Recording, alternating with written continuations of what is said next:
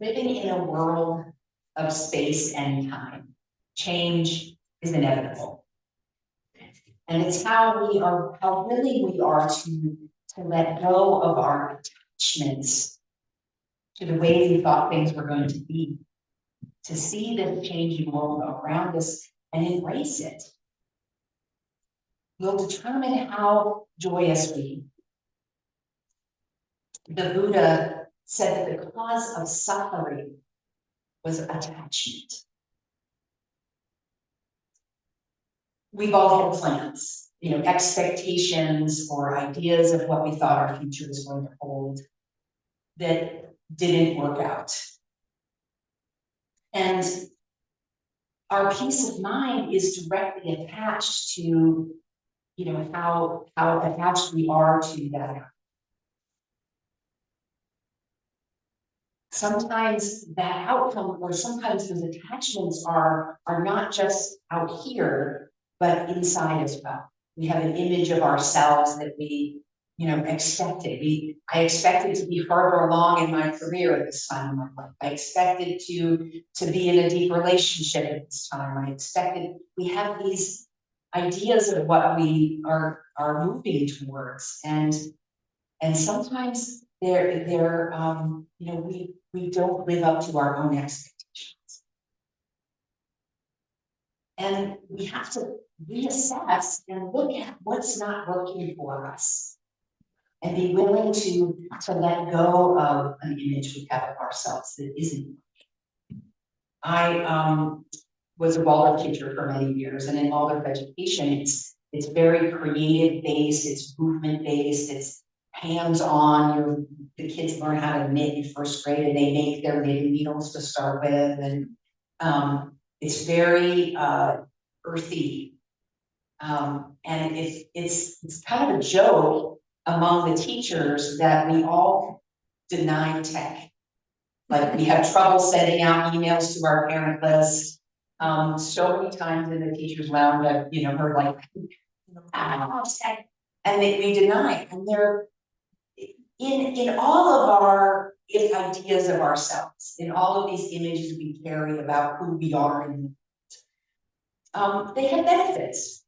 And the benefit of that was that I was not the cold, analytical, heartless tech person. I was the creative, heart-loving, warm, movement-oriented Waldorf teacher.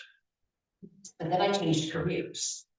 And I had to embrace tech. I had to learn how to make a website and have workshops online and do that Zoom window thing. That was a big one for me.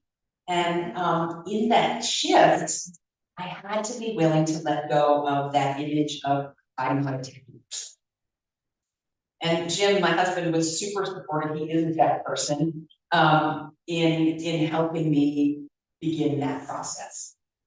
But there came a point where he was like, you know what? You are a smart person. You can figure this out. And I was like, okay, I kind of realized that yes, I was capable. I just was choosing not to be. I luckily have a dear friend a female friend who, when we met, was not a tech person, and she learned it. She sat down and she studied the different apps and how to do things, and she and Jim had so many conversations about tech things and aspects of different applications, and I was like, okay. But I could look to her as an example. I could say, okay, well, she could do it. She was not a tech person.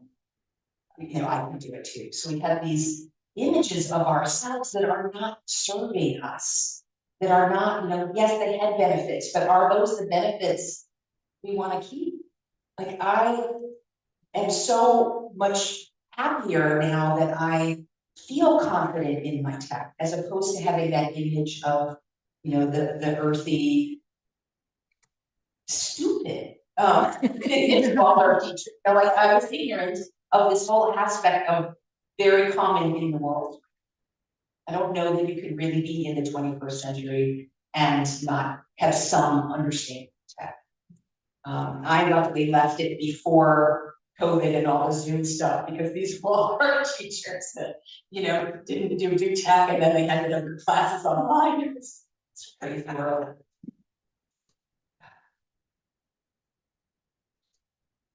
So grief is caused by an attachment to a future that isn't going to be. Maybe it's the past, maybe we had a life a certain way, and moving forward, it's not going to be that. So, it's directly attached to our, how attached we are to that image of what we thought.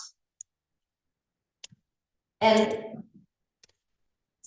we all have had times that didn't go the way we wanted them to go, the way we expected them to go. When you get married, I don't think there's a married person who goes through a wedding that doesn't expect it to last. But obviously there are many relationships that evolve in different ways and they drift apart. And that's not serving them. Or maybe we start a new job and we expect to be, we expect it to be a certain way, or we expect to advance in a certain way. One of the things that I'm struggling with right now, one of my expectations that is, bringing grief to my life, is I assumed that my youngest son was going to settle in the Northwest. He loves the Northwest. He was an environmental science major in college, and I just thought he would come and settle here, sort of a total expectation. Well, he has fallen in love with a woman who is from the other point, and so now he is living in Maine, and it really is changing. And I have no idea if that's a permanent thing, but it's made me have to reevaluate how we move forward in the world, how we make this path of our relationship. So it's really important to have dreams, to have desires and images of what we want in the future. It's essential for really that co-creating. We are co-creating with the divine in every moment, with what we think and what we feel, and our actions that we take. And so in order to co-create, we have to actually be part of that. And so it's super important to have these dreams, but it's also really important to reassess as things progress. Like, maybe this isn't what I wanted to be doing. Maybe this is guiding me in a different direction. So Ernest Holmes, who is the founder of Science of Mind, writer of the book Science of Mind, but the Religious Science Church, which is now the Centers for Spiritual Living, he says that he's my fave. I read him every morning, and he said this idea of that you do the choosing and the law does the outline. So you choose a tomato seed, to plant a tomato seed, you've chosen a tomato plant. But you don't choose how many leaves it's going to have, how many stalks it will have. That belongs to the law of cause and effect. So we do this choosing. We decide, this is the direction that I want to take. But the universe has a much bigger picture than we do. And so it takes our little dream and our skills and our experiences, and it weaves this web with all these other people, with their experiences and their desires and their dreams and their abilities. And it blends them into this beautiful tapestry that we call life. So we choose, and the divine does the outline. And so sometimes things don't turn out exactly the way that we expected them to turn out, because we are not doing the outlining. We can still be moving toward that dream, but we're not in control of the whole universe.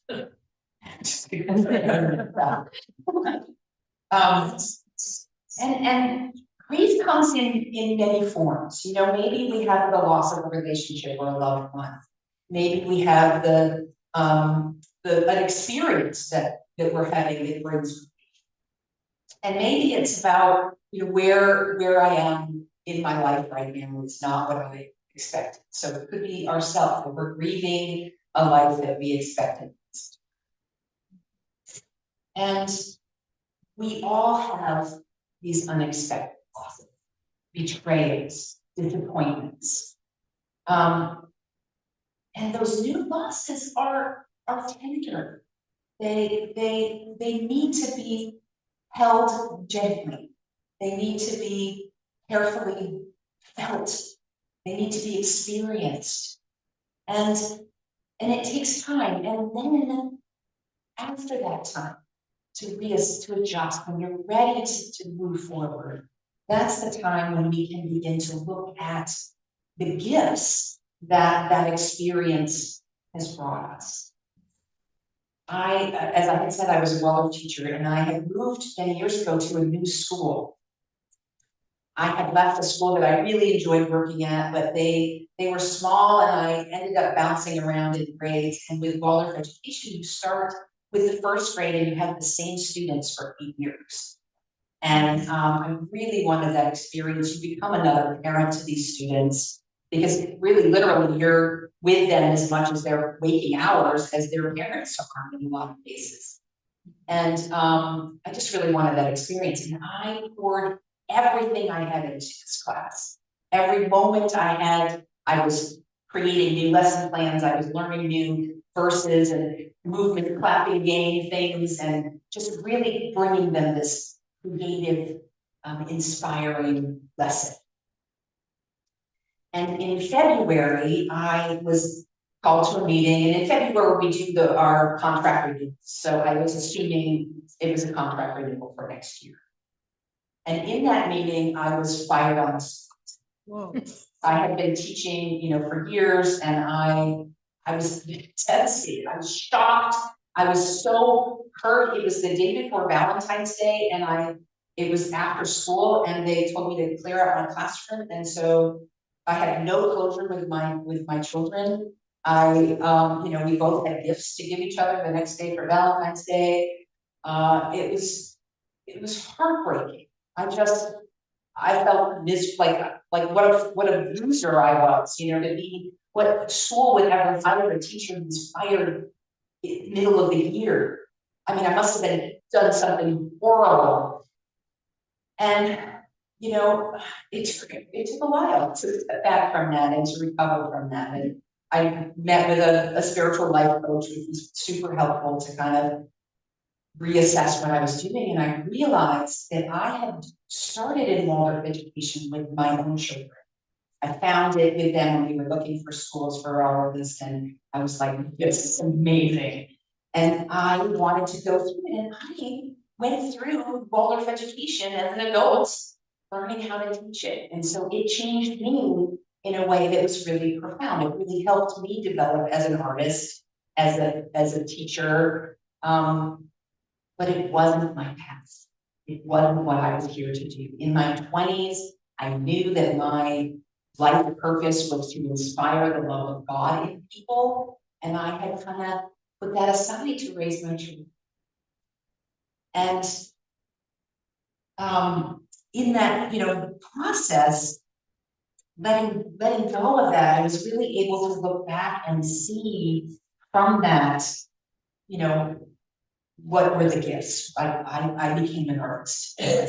And another thing that has always helped me in those difficult times is to realize that we are eternal beings, that we are going to continue after we leave this playground. And in knowing that, and in knowing that the divine, has this bigger picture that is putting me in wherever my dream is, that it helps me release my attachments to the path that I thought was. And grief is a process. I love the image of the sticky mud at the bottom of it, and how you remove that mud is you keep pouring clean water onto it. And as you pour that clear water onto it, it dissolves the mud, it stirs the mud, it overflows the bucket. And as you keep pouring that clear water in, the water becomes clearer and clearer. And that is the divine. That is that feeling of sense, listening to that inner voice. What am I here to do? We had, last time I was here, we used Ricky Byer Beckwith's song, Use Me, which has been one of those things that I have turned to in those dark times. To just use me, God. You know, I'm here as an instrument to do this great work, to make this world a brighter, bigger place, better, because I'm here. And so how do we do that? And to realize that we are co-creators, that we are whole and perfect just as we are. And in that knowing, in that we are in this creative process, I find it easier to let go of the difficult things. Ernest Holmes he quotes Jesus here, and then he goes on to say, so he said, he who loses his life shall find it. That's what Jesus said. And he goes on to say, since the whole teaching of Jesus was that God is life, he couldn't have meant that you should actually lose your life, but that you should let go of the lesser in order to experience the greater. This is not a bad argument. If you lose a sense of unhappiness, you will become happy. If you lose a sense of confusion, you will be at peace. This is not the easiest thing to do. When you are in pain, it is difficult to affirm peace. When you are in want, it is hard to affirm abundance. But this is the true meaning of losing your life. What you lose is a false sense of being. You are trading the unreal for the real, the false for the true. And Charles Fillmore, who is the founder of the Unity movement, says a very similar thing this way. He says, when the ego consciously lets go and willingly gives up its cherished ideals and loves, attachment to the way things are, it is restored to the Father's house. We know that that Father's house is a state of mind. The first step is a willingness to let go of every thought that holds the ego on the plane of sense. You know, it's that attachment to the physical world being a certain way. And when we can let go of our attachments, that's when we can feel that connection with the divine. If we're so attached to something being a certain way, it's like we have the, you know, la, la, la, la.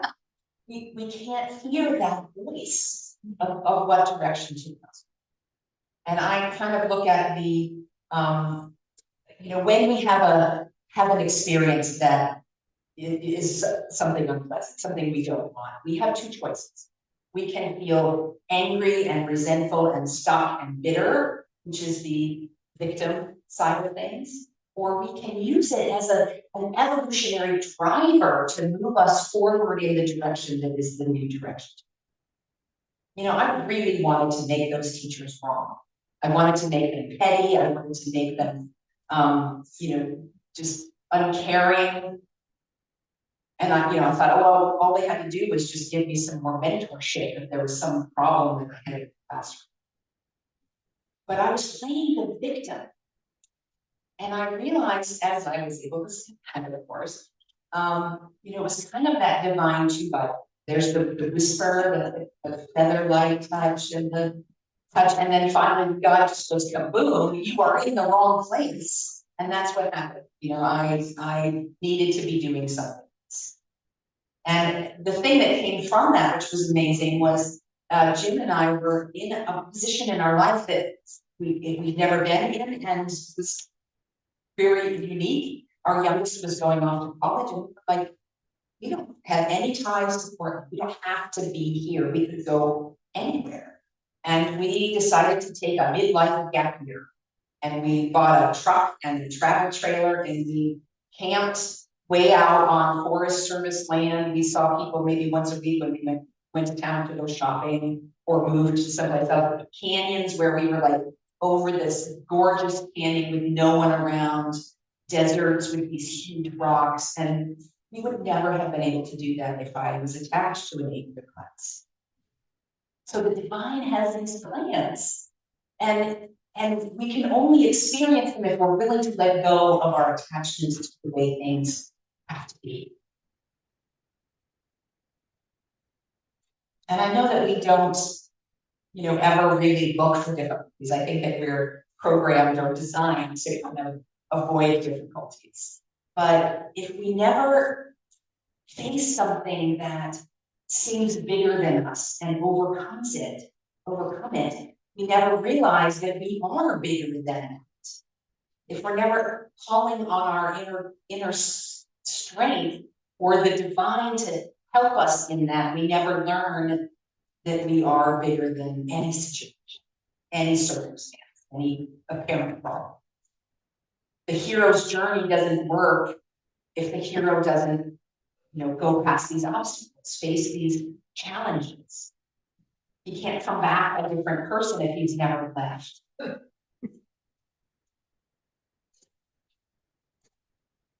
So letting go and moving forward is a decision that we have to. And we have this potential. I love potential. I'm a fiber artist, and going into a yarn store, it's like all these things are going to do with this. And going to a hardware store is the same thing, like how you build. But you have to actually decide and take action toward that thing, the project or whatever, in order for anything to happen. There's the band Rock has the lyrics. If you choose not to decide, you still have made a choice. That we have to make a decision in our life that this is the direction. That is the co-creation with the divine. We have to be willing to make a decision of this is what I want. And in making that decision, the word decide, actually the root of it means to cut away. When you decide, you're choosing this, but you're letting go of that. And that has to be part of the process.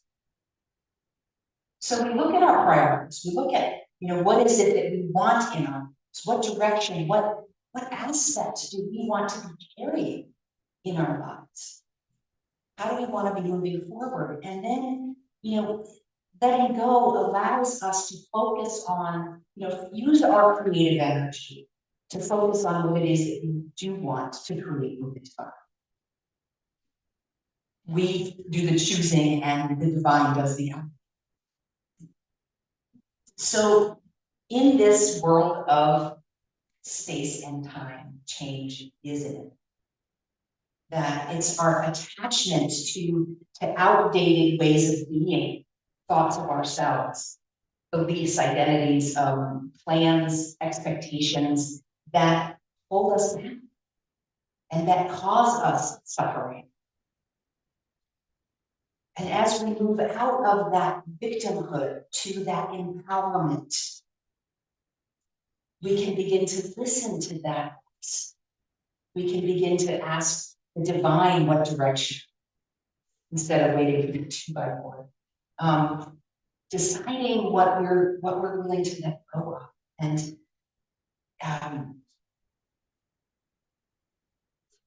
knowing that we are co-creating.